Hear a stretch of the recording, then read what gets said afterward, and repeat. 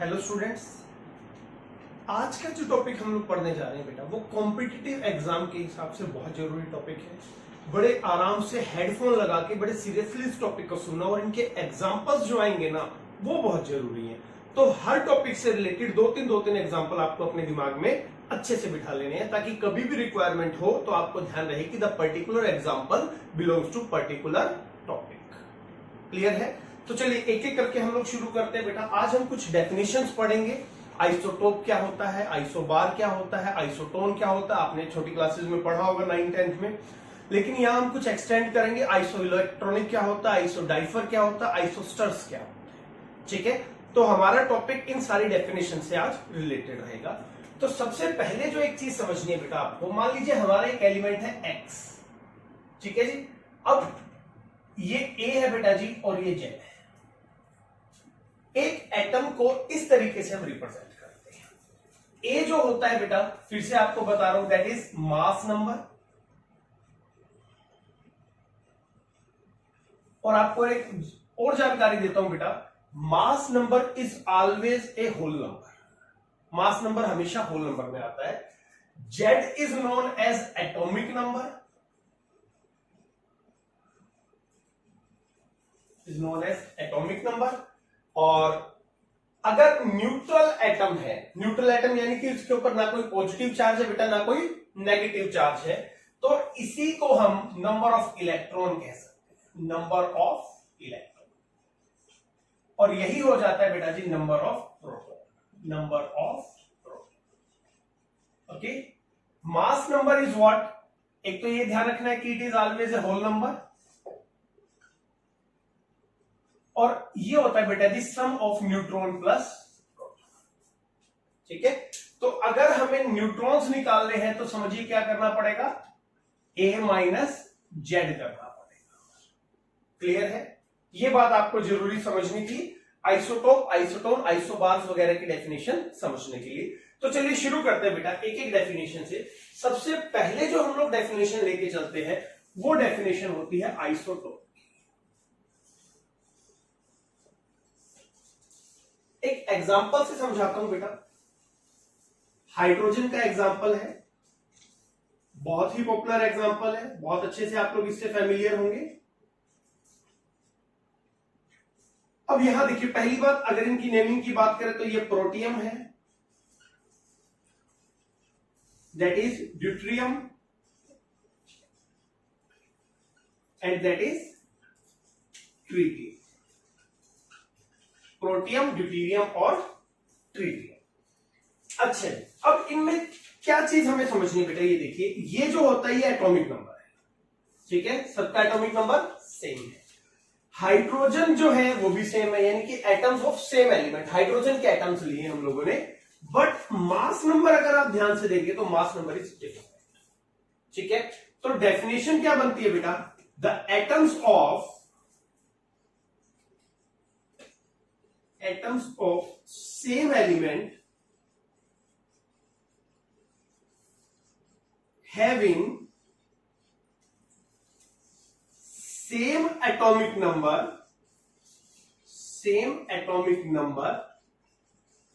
but different mass number।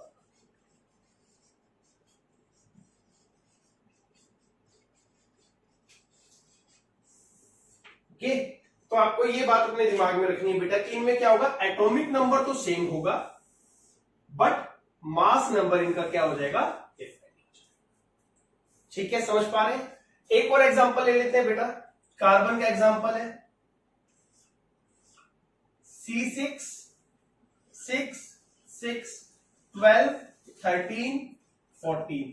इसे carbon dating भी बोलते हैं। रेडियो एक्टिव की स्टडी के दौरान इस्तेमाल होता है बेटा कार्बन डेटिंग C14। तो अब देखिए, atom of the same element, carbon के एटम्स हैं, having same atomic number but different mass. अब आप इस चीज को ना एक तरीके से और समझ सकते हैं। यहां देखिए, अगर मैं मास नंबर में से एटॉमिक नंबर घटा दूंगा बेटा तो क्या आ जाएगा, नंबर ऑफ न्यूट्रॉन्स। कितने न्यूट्रॉन आएंगे मेरे पास, 6 7 और 8। तो इसी चीज को समझने के लिए हम ऐसे भी बोल सकते हैं atoms of same element having same atomic number but different number of neutrons. वो आपके ऊपर डिपेंड करता है, आप अपने डेफिनेशन को कितना इलेबरेट करके उसको यूज कर सकते हैं, कितने अच्छे समझ सकते हैं। क्योंकि जब क्वेश्चन बनाता है ना कोई, तो वो ये देखता है कि आपने उसको मेमोराइज किया है या एनालाइज किया है। तो education is all about analysing बेटा, नॉट अबाउट मेमोराइजिंग थिंग्स। तो क्या करना है आपको, इनको समझ लेना है कि भाई एटॉमिक नंबर अगर सेम है और न्यूट्रॉन डिफरेंट है तो भी कहीं ना कहीं हमारा वही कंसेप्ट बनता है। और एग्जांपल ले लीजिए, ऑक्सीजन का एग्जांपल ले लेते हैं हम लोग। 8, 16, 8, 17, 8, 18 atom of same element having same atomic number but different mass। ठीक है, ध्यान रखेंगे। इनके बारे में एक चीज और समझनी है बेटा कि जो हमारे आइसोटोप्स होते हैं ना, उनका केमिकल बिहेवियर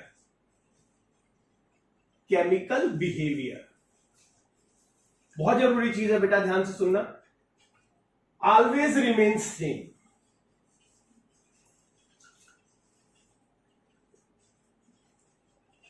यानी कि कार्बन की कोई भी फॉर्म होगी तो उसका जो केमिकल बिहेवियर है ना बेटा, वो हमेशा सेम रहे।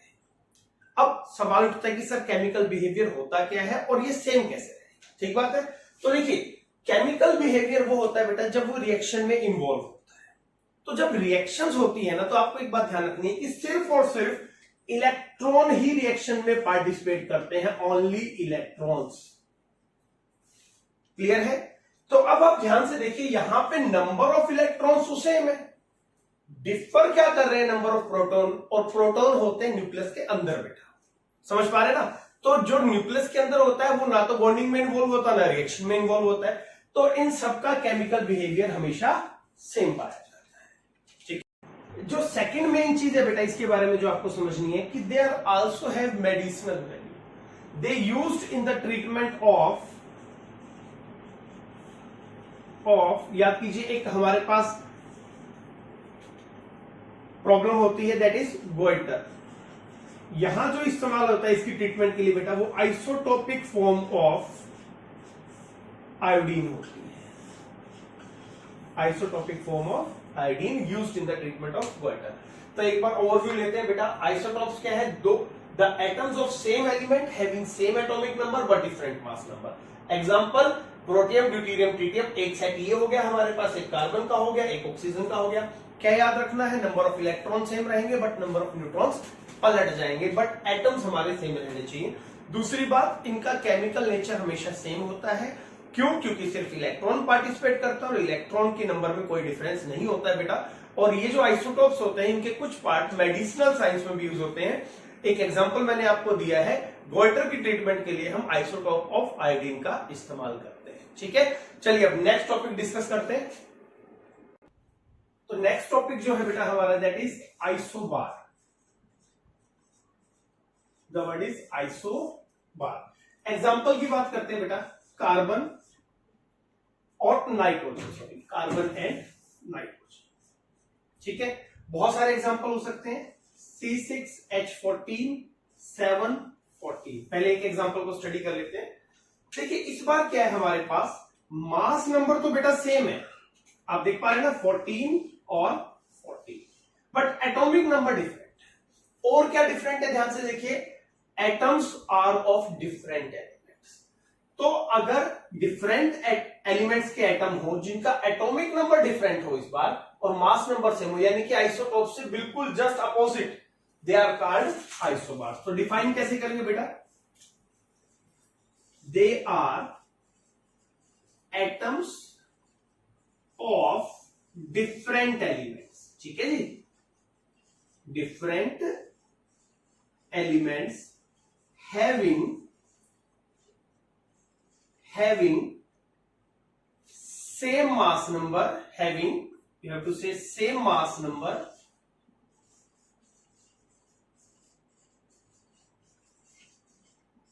but different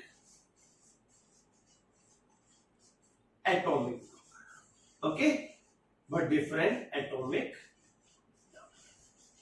तो ये आपको ध्यान रखना है कि इस केस में क्या होता है, हमारे पास मास नंबर तो सेम होता है बेटा, बट एटॉमिक नंबर हमारा क्या होता है, डिफरेंट होता है, और एटम्स भी डिफरेंट एलिमेंट के होंगे। जहां जहां आइसोटोप में आप सेम लिखते हैं ना बेटा, वहां आप डिफरेंट लिख दे, और जहां डिफरेंट लिखते हैं सेम लिख दीजिए। एज इट इज आपका आइसोबार का डेफिनेशन क्लियर हो जाएगा। ठीक है, समझ पा रहे हैं आइसोटोप का। और एग्जांपल ले लेते हैं बेटा, पोटाशियम, कैल्शियम, स्कैंडियम। ठीक है जी, that is 19, 20, 21, mass 40, 40, 40. So atoms of different elements having different atomic number but same mass. They are also considered as isobar to each other. एक और एग्जांपल ले लेते हैं बेटा, दैट इज जिनोन। जिनोन 54, 130, और barium होता है बेटा जी 56 और again 130. Atoms of different elements having different atomic number but same mass number. So there are few examples of isobars. Definition main है, याद रखिएगा, एग्जाम्पल आपको दिमाग में रखने पड़ेंगे। तो आप नाइट्रोजन और कार्बन का रख सकते हैं, पोटाशियम, कैल्शियम, स्कैंडियम रख सकते हैं, जिनोन और बेरियम का रख सकते हैं। क्लियर है, नोट कीजिए। थर्ड डेफिनेशन पे चलेंगे इसके बाद। तो थर्ड डेफिनेशन पे आते हैं बेटा। डेफिनेशन है हमारी आइसोटोन क्या होते हैं। आइसो एग्जाम्पल से समझाता हूं बेटा, कार्बन और नाइट्रोजन 6, 14, 7, 50। ठीक है जी।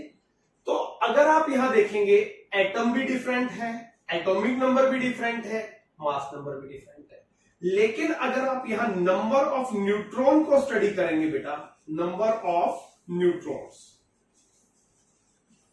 दैट इज 14 माइनस 6, इस केस में क्या आ जाएगा हमारे पास वैल्यू, दैट इज 8, और यहां क्या आ जाएगा 15 minus 7, again comes out to be 8। तो डेफिनेशन क्या बनती है बेटा, the atoms of different elements having same number of neutrons. ठीक है, बहुत बेसिक सी डेफिनेशन है। The atoms of different elements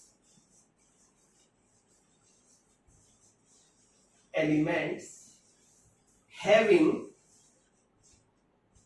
same number of neutrons, same number of neutrons। Okay, तो ये तो हो गई हमारी डेफिनेशन। एक एग्जांपल और कर लेते हैं बेटा, फॉस्फोरस एंड सल्फर। ठीक है जी। अब एग्जांपल क्या है हमारे पास, इसका एटॉमिक नंबर 15 और मास नंबर 31, इसका 16 और 32।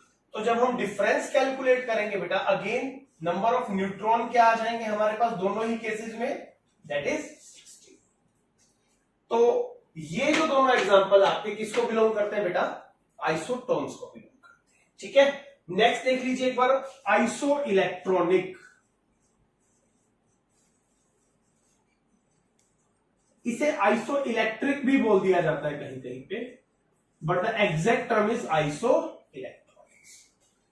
दोज स्पीशीज, समझिएगा, इस बार मैंने एटम नहीं बोला है, बड़ा जरूरी है ध्यान रखना। समटाइम्स स्टूडेंट से दोज एटम्स, नहीं, क्योंकि यहां एटम हो ही नहीं सकते। स्पीशीज का मतलब क्या होता है, जिसमें एटम भी हो, आयंस भी हो। आयंस मींस कैटायन भी हो, एनायन भी हो। तो होता क्या है बेटा, फॉर एग्जांपल हम एक एग्जांपल लेके चलते हैं, फ्लोरीन, नियोन, सोडियम और मैग्नीशियम। अभी फ्लोरीन का एटॉमिक नंबर कितना है बेटा, 9, यानी कि नंबर ऑफ इलेक्ट्रॉन कितने हैं फ्लोरीन में, 9 है। अगर हम इसे एक इलेक्ट्रॉन और दे दे तो then it will become 10। Neon का 10, इसे हम कोई इलेक्ट्रॉन ना दें तो 10 ही रहेंगे। सोडियम का 11, मैग्नीशियम का 12, इसका एक इलेक्ट्रॉन निकाल दे बेटा, पॉजिटिव का मतलब एक इलेक्ट्रॉन की डेफिशिएंसी है, तो it comes out to be 10। और यहां से हम 2 इलेक्ट्रॉन निकाल दें, 10, ये है हमारे, ये इनिशियल फेज में, अगर ये नेचुरल स्टेट में है बेटा, तब इनके एटॉमिक नंबर्स हैं, यानी कि नंबर ऑफ इलेक्ट्रॉन्स हैं। और अब इनके नंबर ऑफ इलेक्ट्रॉन क्या हो गए, number of electron, that is 10, 10, 10 and 10। तो दिस टाइप ऑफ स्पीशीज, आप इसको बढ़ा भी सकते हैं, आप ऑक्सीजन कर सकते हैं यहां पे -2, नाइट्रोजन कर सकते हैं बेटा जी -3, तो उनमें भी क्या हो जाएगा 7 + 3 10, 8 + 2 10। तो दोज स्पीशीज, डेफिनेशन ध्यान से याद रखना इसकी, those species having same number of electrons are called isoelectronic species या आइसोइलेक्ट्रिक स्पीशीज। बहुत बेसिक से एग्जांपल होते हैं इनके, पर इनकी जरूरत पड़ेगी आगे चल के प्रायोडिक प्रॉपर्टीज में जब हम साइज को स्टडी करें। ठीक है, तो that is isoelectronic, that is isotone, having same number of neutrons. Note कीजिए एक बार इसको। चलिए नेक्स्ट डेफिनेशन जो है हमारे पास बेटा, वो आप लोगों के लिए कुछ नई है, आइसोस्टीयर्स। आइसोस्टीयर्स या आइसोस्टर्स भी बोल देते हैं हम लोग। अब यहां ये जो स्टर वर्ड है ना बेटा, ये स्ट्रक्चर को डिनोट करता है। ठीक है, तो इनकी डेफिनेशन क्या है वो समझिए पहले। Those compounds which have same number of atom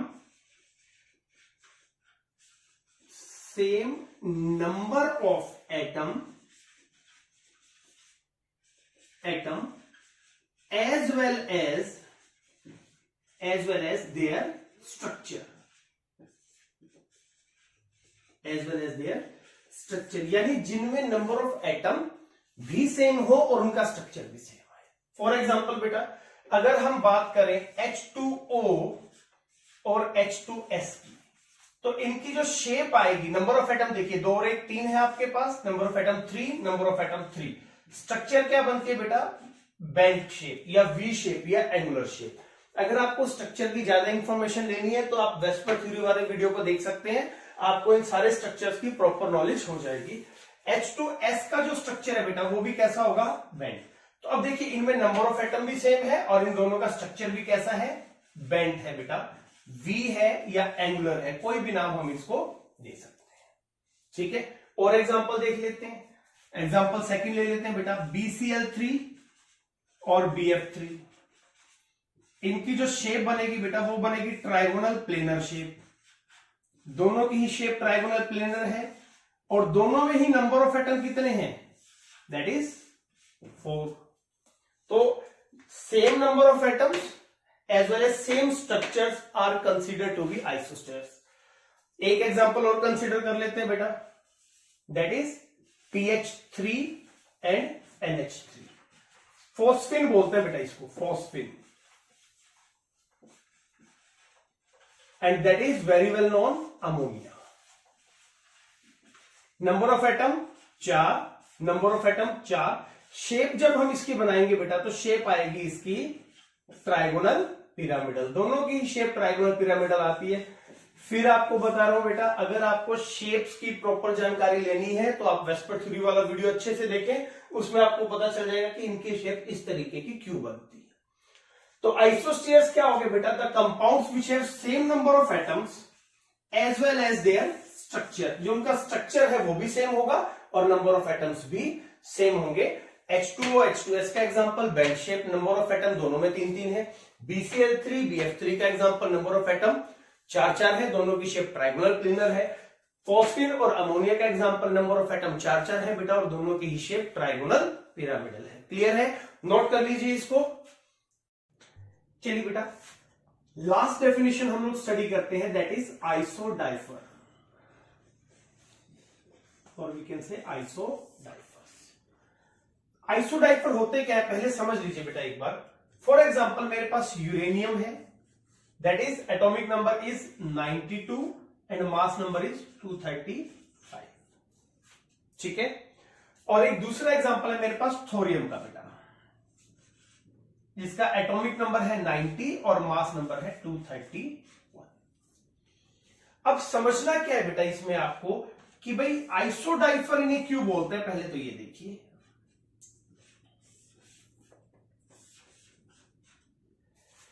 अब इसके जो नंबर ऑफ प्रोटॉन है दैट इज 92, क्योंकि ये नंबर ऑफ प्रोटॉन को इंडिकेट करता है बेटा, समझ पा रहे हैं आप। और नंबर ऑफ न्यूट्रॉन अगर निकालने हो तो number of neutron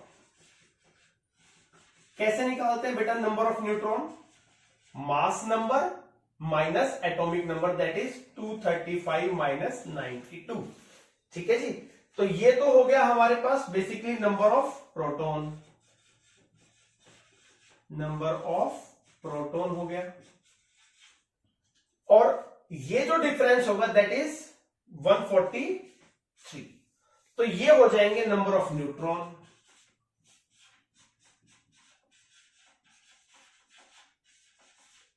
number of neutron, अगर इनका डिफरेंस निकाले तो बेटा यानी कि number of neutron minus proton कितना आ जाएगा, 143 minus 92 comes out to be 51। ठीक है, समझ में आ रही है ना बात। देखिए एटॉमिक नंबर क्या होता है, नंबर ऑफ प्रोटॉन, तो मैंने लिख दिया जी नंबर ऑफ प्रोटॉन। अगर मैं मास नंबर में से बेटा एटॉमिक नंबर घटा देता हूं तो मेरे पास आते हैं नंबर ऑफ न्यूट्रॉन। तो जब मैंने सब्ट्रैक्ट किया तो मेरी वैल्यू 143, वो हो गया नंबर ऑफ न्यूट्रॉन। अब number of neutron minus proton कितना आ रहा है हमारे पास, 51। अब यही सेम प्रोसेस यहां करते हैं, तो यहां क्या हो जाएगा हमारे पास 90, तो क्या हो जाएगा बेटा नंबर ऑफ प्रोटॉन्स, और इसका जब डिफरेंस करेंगे हम लोग दैट विल बी 141 हो जाएगा बेटा नंबर ऑफ न्यूट्रॉन्स, इससे इंडिकेट कर देते हैं। और जो n माइनस पी का डिफरेंस होगा, अब n कितना है हमारे पास 141 minus 90 that will be again 51। तो ध्यान से देखिए बेटा, those elements which have same n minus P value, जिनका न्यूट्रॉन और प्रोटॉन का डिफरेंस सेम आए, यूरेनियम का ये न्यूट्रॉन ये प्रोटॉन डिफरेंस 51, थोरियम का ये न्यूट्रॉन ये प्रोटॉन डिफरेंस 51, तो इस तरीके के जो एग्जांपल्स होते हैं बेटा उन्हें हम आइसोडाइफर कहते हैं। तो क्या लिखेंगे हम, those elements which have same n minus P value, और n माइनस पी वैल्यू को बेटा जी आइसोटोपिक वैल्यू भी बोल दिया जाता है कहीं कहीं पे, कुछ बुक्स इसको आइसोटोपिक वैल्यू या you can say isotopic number भी बोलते हैं। तो कहीं आइसोटोपिक नंबर आ जाए that is also neutron minus proton होता है। ठीक है, तो अब जनरली एक बात समझनी है बेटा इसके बारे में कि आइसोडाइफर जनरेट कैसे होते हैं। ठीक है, अब फॉर एग्जांपल मैं इसी का एग्जांपल लेके चलता हूं, 235 एज वेल एज 92। अगर यहां से हम एक अल्फा पार्टिकल इजेक्ट आउट करवा दे बेटा, ये मान लीजिए हमारा पेरेंट न्यूक्लियाई है, क्या बाहर निकाल दिया हमने, अल्फा पार्टिकल, तो बचेगा क्या आपके पास, ध्यान से देखिए 231 और नीचे आ जाएगा 90, ये आपका थोरियम आ गया, that is called daughter nuclei. इसको हम पेरेंट न्यूक्लियाई बोलते हैं and that is known as daughter nuclei.